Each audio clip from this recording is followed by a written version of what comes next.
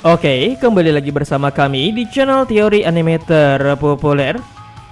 Pada kesempatan kali ini, kami akan membahas mengenai rencana Boruto yang ingin menyadarkan Ikada dari pusaran balas dendam dan mengakhiri peperangan ini.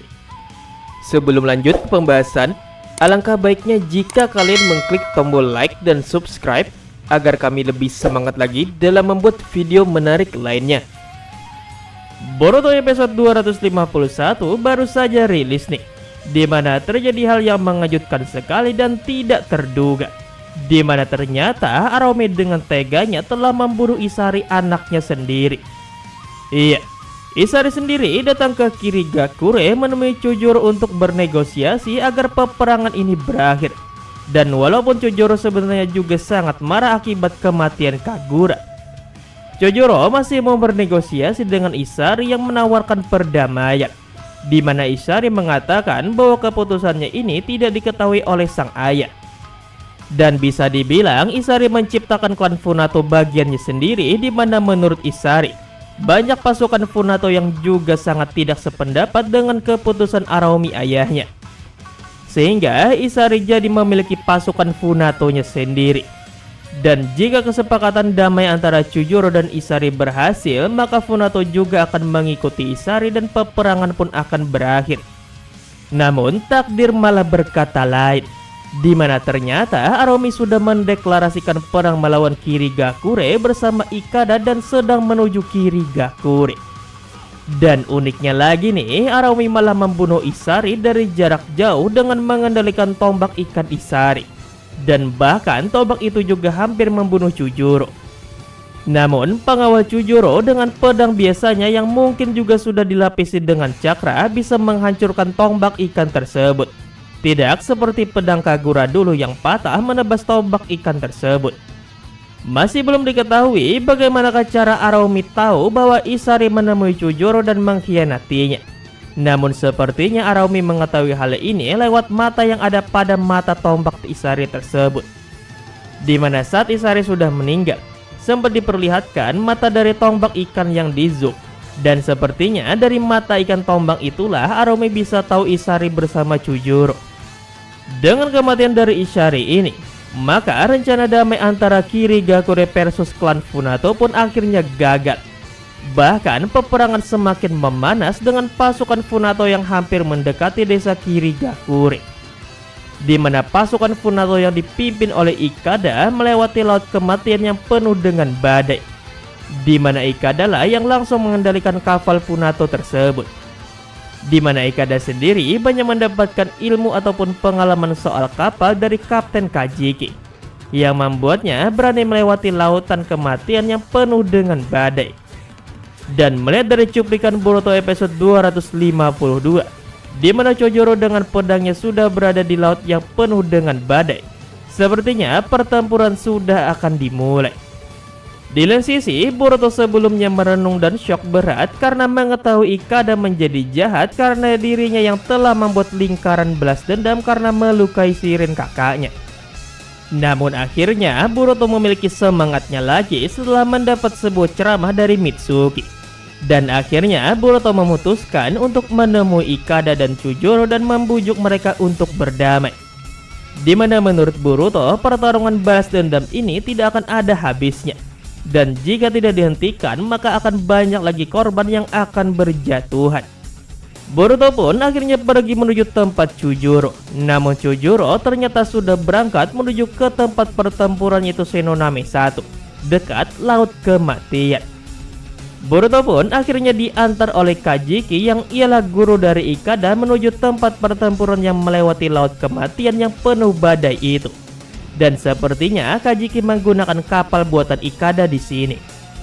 Selain berniat untuk menghentikan peperangan dengan membujuk Ikada dan Chojuro, Boruto juga membawakan pedang Hiramekare milik Chojuro yang sebelumnya digunakan oleh Kagura. Di mana sepertinya nanti Chojuro akan mengalahkan Arome dengan pedang Hiramekare ini, seperti dulu saat Chojuro berhasil menangkap Arome.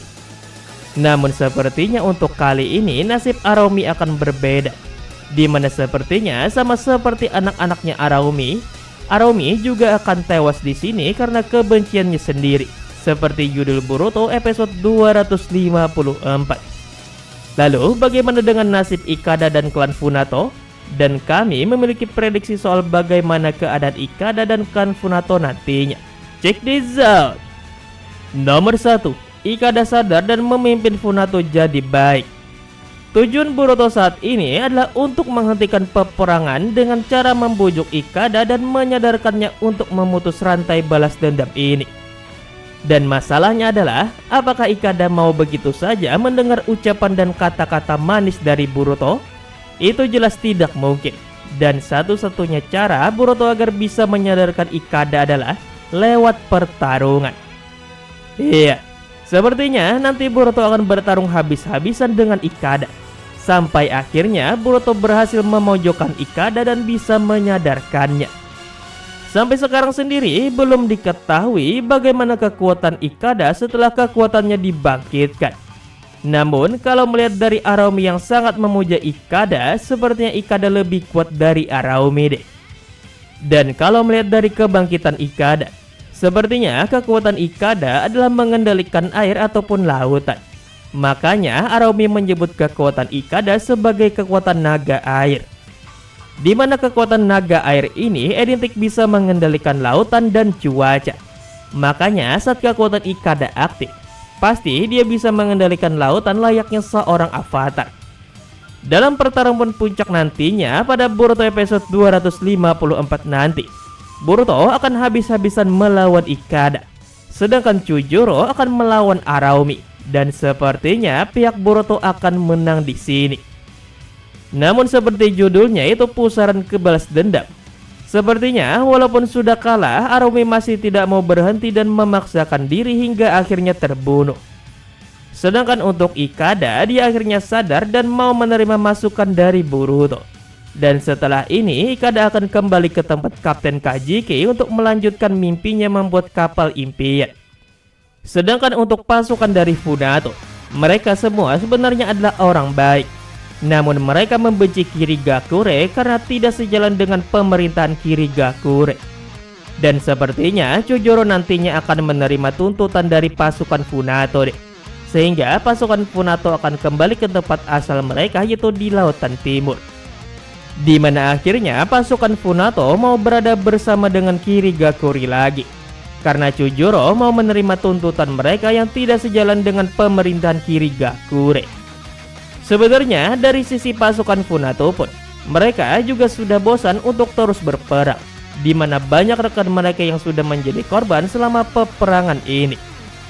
Maka dari itu saat Araumi kalah pun, mereka juga akan berhenti untuk melawan dan memilih untuk menyerah dan kembali ke tempat asal mereka di Lautan Timur. Lalu untuk Ikada sendiri, sepertinya dia akan memiliki beberapa pilihan deh, yaitu kembali ke tempat Kajiki untuk belajar membuat kapal seperti impiannya. Atau bisa pula dia mendapat penawaran dari Chujuro untuk menjadi pengawalnya dan dilatih untuk menjadi Mizukage selanjutnya. Karena Ikada memiliki kekuatan yang sangat besar. Atau bisa pula Ikada akan memimpin kehidupan pasukan Funato di wilayah Lautan Timur, di mana Ikada menjadi pelindung bagi klan yang sudah berdamai dengan Kirigakure. Nah itulah pembahasan kami nih mengenai prediksi Boruto episode 254 nih guys ya. Dimana pada episode ini nantinya akan terjadi pertarungan habis-habisan antara Boruto versus Ikada.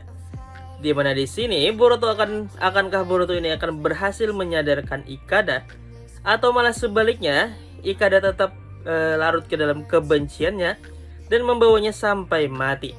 Yang jelas, pada Boruto episode 251 tadi, Boruto akhirnya memutuskan untuk menghentikan lingkaran balas dendam yang telah ia perbuat, dimana gara-gara dia menyerang Shiren dan sampai membunuhnya.